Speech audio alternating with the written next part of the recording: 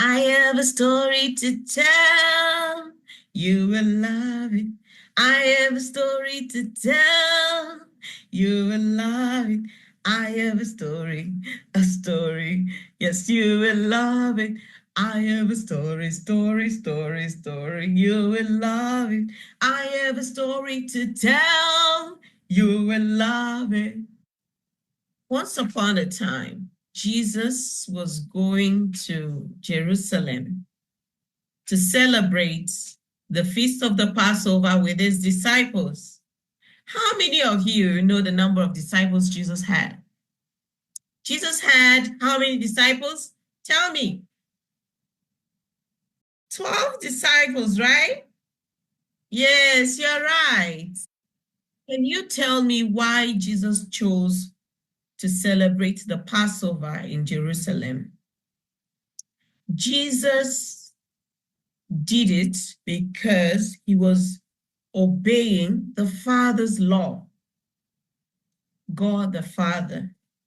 Because in Deuteronomy chapter 16, verse 16, God said that 3 times a year all men must appear before the Lord at the place he will choose.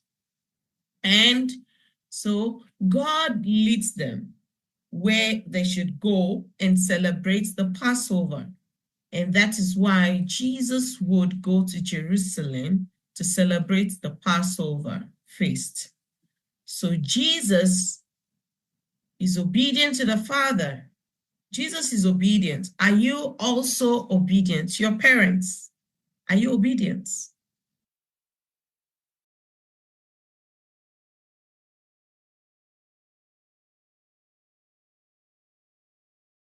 Try to be obedient, child. Be obedient, be obedient. Try to be obedient, child. Be obedient, child.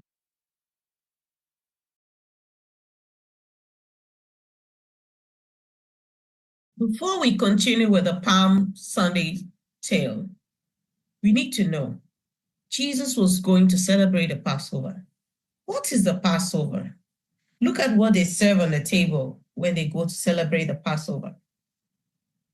There is unleavened bread, egg, leaves, wine, and other elements. Why? Why do they go to celebrate the Passover?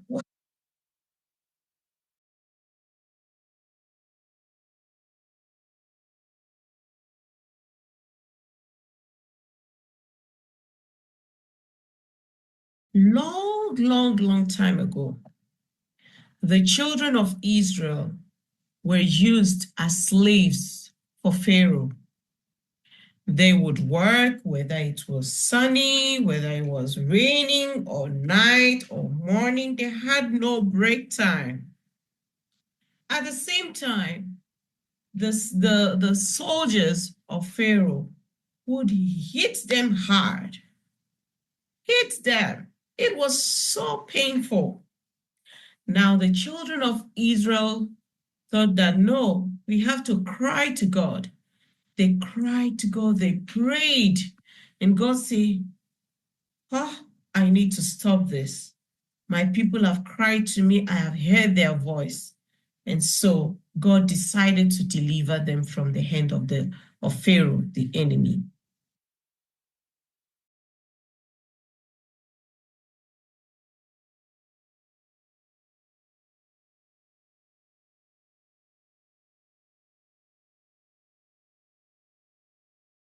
So God decided to send Moses, the Hebrew prophet, to Pharaoh, the king of Egypt. God said to him, go to Pharaoh and tell him that this is what the Lord said. Let my people go so that they may worship me. Moses obeyed God's instruction. He went to tell Pharaoh the king of Egypt.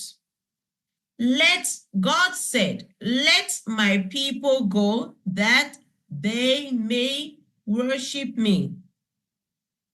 Guess what? He didn't listen. His heart was hardened.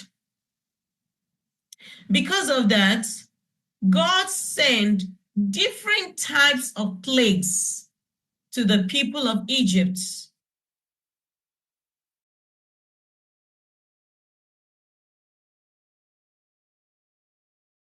Pharaoh challenged God. He asked Moses, he said, who is your God that I should let his people go, that they may serve him? I will not agree. I will not listen to that. And because he asked who God is, God also decided to prove himself to him. So God sent many plagues. Water turned to blood, frogs, strange insects, death of livestock. The animals were just dying. Sometime boils appeared on the body of their people that were not getting healed. Hails, like ice rocks. And God sent strange grasshoppers to eat their crops. And darkness covered the land. And then the death of the Egyptians' firstborn.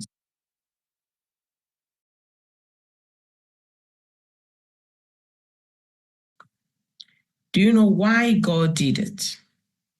God sees the Israelites like his firstborn. The Israelites are God's firstborns because they are the people of God. So God said, because Pharaoh has hardened his heart, I am going to slay his firstborns. And that is why God did what he did. All the Egyptians. But for the children of God, the Israelites who were living in Egypt at that time, God told them, you get a lamb whose blood you will use to mark your door frames. And when I see the blood on your door frames, I will pass over you. Do you remember this song?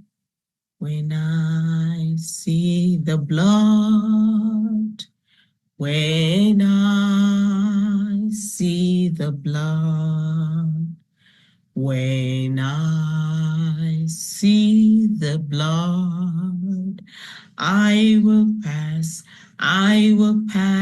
over you. And this is why the Israelites always celebrate the Passover feast.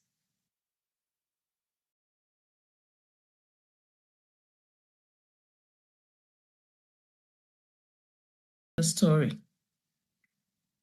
On the way to Jerusalem, Jesus and his disciples arrived a small village called Bethphage, where Jesus told two of his disciples to go and get him an ass and a colt, or a donkey and a colt.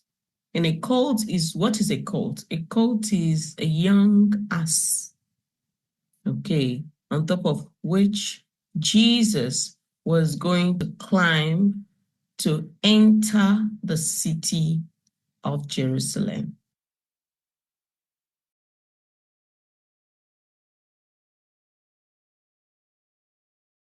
Jesus rode into Jerusalem because it was written, God had spoken to Zechariah the prophet.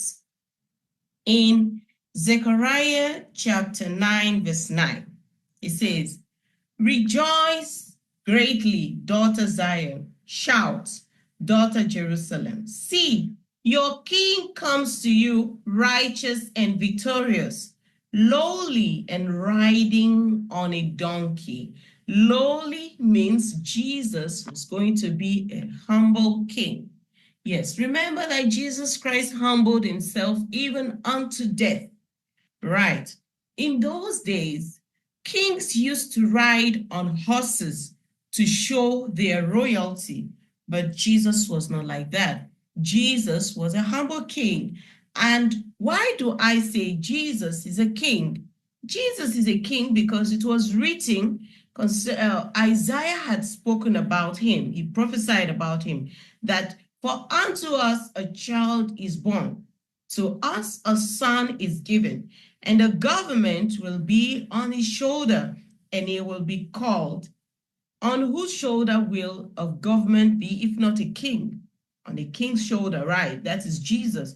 And he will be called Wonderful Counselor, Mighty God, Everlasting Father, Prince of Peace. Okay, so Jesus Christ was a king and a humble king. Even now, he is King of Kings. Hallelujah. That predicts that Jesus was going to conquer the grave. He will have victory over death. Right. So this is why the Palm Sunday existed. And the people of Jerusalem, they all stood up. They had in their hands palm leaves. Some of them dropped their clothes on the ground for Jesus. They dropped the palm leaves on his way. And this is what they were saying. Hosanna, blessed is he who comes in the name of the Lord. Hosanna, blessed is the King of Israel. Even though some did not understand, some just called him king. Why? Because of the miracles he had performed in front of them. Did they believe in him? Not really. Not all of them believed. In fact, some were even angry with him because of the miracles he had done, because he had done the will of the Father. They were angry with him. Which group are you? Are you among those who believe in Jesus? Or are you among those who just joined them to call him king? Is he truly king of your life? Or are you even angry with him? Who are you? I believe in Jesus, that he is king of my life. Yeah.